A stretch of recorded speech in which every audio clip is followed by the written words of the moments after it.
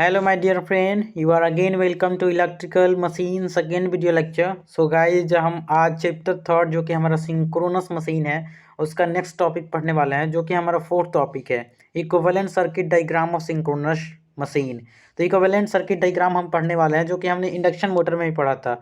तो उस समय भी आपको हम बताया था कि इक्विवेलेंट सर्किट डायग्राम पे मतलब हम क्यों बनाते हैं, क्योंकि इक्विवेलेंट मतलब यहाँ से इक्विवेलेंट से ही क्लियर है कि हम ऐसा सर्किट डायग्राम बनाते हैं जिसपे रोटर और स्टेटर दोनों को कंबाइन करके हम स्टडी करते हैं, जिससे कि हम जो लॉसेस होते हैं उसको ईजिली हम फाइंड आउट कर सकते हैं, राइट। चलिए, without coming wasting our time, just come on our today topic equivalent circuit diagram of synchronous machine. तो देखिए, सबसे पहले हमारा सिंक्रोनस मशीन जो है वो नो लोड कंडीशन पे होगा। तो अगर नो लोड कंडीशन पे होगा, जितना हम ईएमएफ देंगे, जैसे हम जितना मतलब टर्मिनल वोल्टेज देंगे उतना हमें यहाँ पे वोल्टेज मिल जाएगा, मतलब उतना ही वोल्टेज हमें आउटपुट पे मिलेगा। जितना इनपुट पे देंगे उतना ही मतलब आउटपुट पे हमें वोल्टेज मिलेगा, टर्मिनल वोल्टेज। कब? जब हमारा मतलब जो सिंक्रोनस मशीन है उसको नो लोड कंडीशन पे रोटेट कराएंगे या चलाएंगे। लेकिन but when it's on a loaded condition, आप जानते हैं कि लोडेड कंडीशन में जब आएगा तो हम लोड जो भी लगाएंगे, इंडक्टिव रिएक्टिव जो भी लगाएंगे, उसमें लॉसेस होंगे। तो जितना हमने शुरू में इनपुट वोल्टेज दिया उतना हमारा अब मतलब आउटपुट वोल्टेज नहीं होती। यही इसीलिए हमने नॉट इक्वल टू लगाया है कि लोडेड कंडीशन में कुछ लॉसेस कारण हमारा जो भी इनपुट वोल्टेज है वो आउटपुट वोल्टेज के बराबर नहीं होगा। लेकिन नो लोड कंडीशन में क्या होगा, जितना हमारा इनपुट वोल्टेज होगा उतना ही आउटपुट वोल्टेज होगा। तो ये हम मतलब अभी इक्विवेलेंट सर्किट को बहुत ही अच्छे से पढ़ने वाले हैं। तो ये तो एक बेसिक आइडिया हो गया कि मतलब नो लोड कंडीशन पे क्या होगा, हमारा इनपुट वोल्टेज आउटपुट वोल्टेज के बराबर होगा, इसमें नहीं होगा लोडेड कंडीशन में, क्योंकि इसमें लॉसेस होते हैं। अब चलिए आगे देखते हैं। अब उसी लॉसेस को मतलब फर्दर अच्छे से पढ़ने वाले हैं। तो सबसे पहले हमारा आर्मेचर वाइंडिंग, मतलब जो कि आर्मेचर वाइंडिंग हम स्टेटर पे यूज करते हैं, मतलब किस पे, सिंक्रोनस मशीन में। तो उसके कारण जो वोल्टेज ड्रॉप होगा उसको हम आई ए आर ए कहेंगे। आई ए आर ए से डिनोट करेंगे किसको, आर्मेचर वाइंडिंग के लॉसेस को।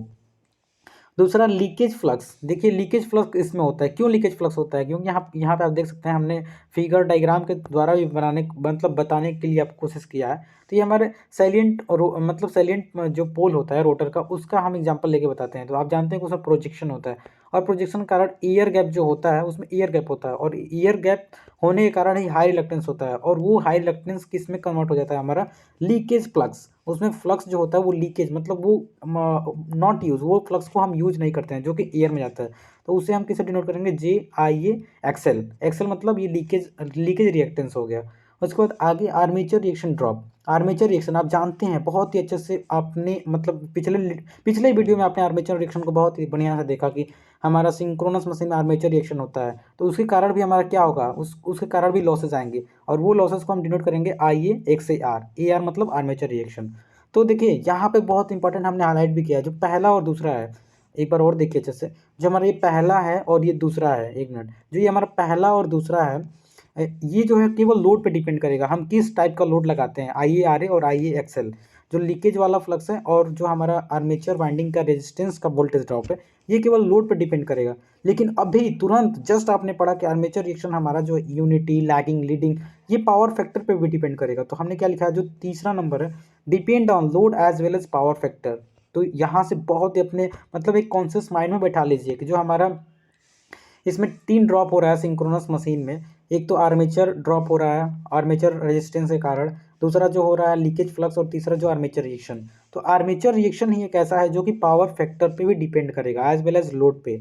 लेकिन ये जो दोनों लोड पे केवल डिपेंड करेंगे, पहला और दूसरा।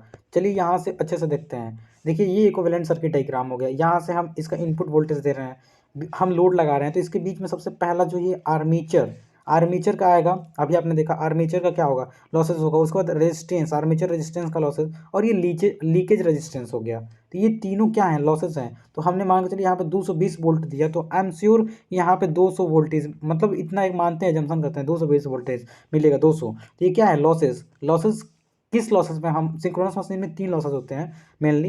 एक तो लीकेज रेजिस्टेंस के कारण हमारा जो मतलब लीकेज फ्लक्स के कारण जो होता है, दूसरा आर्मेचर रेजिस्टेंस के कारण, और आर्मेचर रिएक्शन के कारण जो लॉसेस होता है, जो ड्रॉप होता है वोल्टेज में।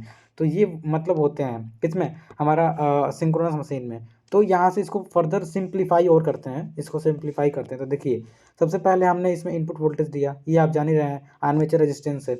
इन दोनों को जो हमारा रिएक्टेंस है, एक जो आर्मेचर रिएक्शन के कारण को जो मतलब हमारा रिएक्टेंस आया, और ये जो लीकेज फ्लक्स के कारण रिएक्टेंस आया, इन दोनों को हम जे एक्स एस मतलब जो ये मतलब ये दोनों कंबाइन करके हम बोल सकते हैं कि सिंक्रोनस रिएक्टेंस हो जाएगा। इसको हम मान लेते हैं, दोनों को कंबाइन करके हम इसको सिंक्रोनस रिएक्टेंस मान लेते हैं, राइट।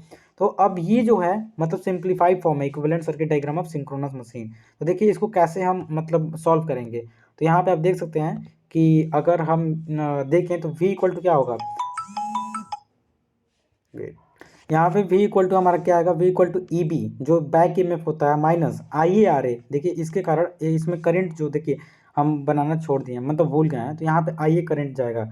तो यहाँ से इसका मतलब लॉसेस क्या होगा, I A R A V minus ये v हो जाएगा यहाँ पे, हाँ v माइनस ई बी मतलब ये बैक ईएमएफ, उसके बाद आई ए आर ए लॉस, फिर से ये रिएक्टेंस जो ये आर्मेचर रेजिस्टेंस है इसके कारण आई A J x A are, जो ये हमारा लीकेज रेजिस्टेंस है इसके कारण हम जो हमारा लॉसेस है आई A J XL leakage resistance के कारण। तो देखिए इसको हम कंबाइन कर सकते हैं ना, इसको हम दोनों को अभी हमने बताया कि दोनों कंबाइन करके हम मतलब क्या लिख सकते हैं, जे एक्स एस मतलब ये जो है रिएक्टेंस हमारा सिंक्रोनस मशीन का हो जाएगा। इन दोनों को कंबाइन करके लिखेंगे तो फिर यहाँ से फर्दर इसको यहाँ से आई ए हम कॉमन कर सकते हैं। देखिए ध्यान से, इसमें भी आई ए है और इसमें भी आई ए है, दोनों को अगर हम कॉमन करेंगे तो v equal to E B I A common किए तो R A plus J X है जे एक्स एस। अब जे एक्स एस को भी हमने सपोज किया इसको जेड एस लिख सकते हैं, इम्पिडेंस सिंक्रोनस इम्पिडेंस। तो v equal to E B minus I A J S X मतलब ये वोल्टेज हो गया, फिर बैक एमएफ माइनस जो ये लॉसेस है क्या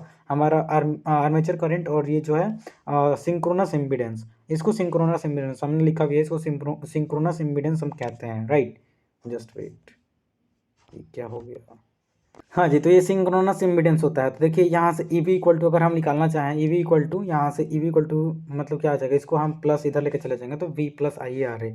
तो फाइनली यही हमारा सर्किट मतलब इक्विवेलेंट सर्किट डायग्राम का वीडियो है छोटा सा, जिसमें हमने आपको बहुत ही अच्छा बता दिया कि सिंक्रोनस इम्पिडेंस सिंक्रोनस इम्पिडेंस कैसे हम मतलब इसको एजम्पशन मतलब कैसे मानते हैं, और इक्विवेलेंट सर्किट डायग्राम क्या होता है, इसमें 3 प्रकार के लॉसेस होते हैं। तो आई एम श्योर इस छोटे से वीडियो में आपको समझ में आया तो don't forget to share my channel. Thank you.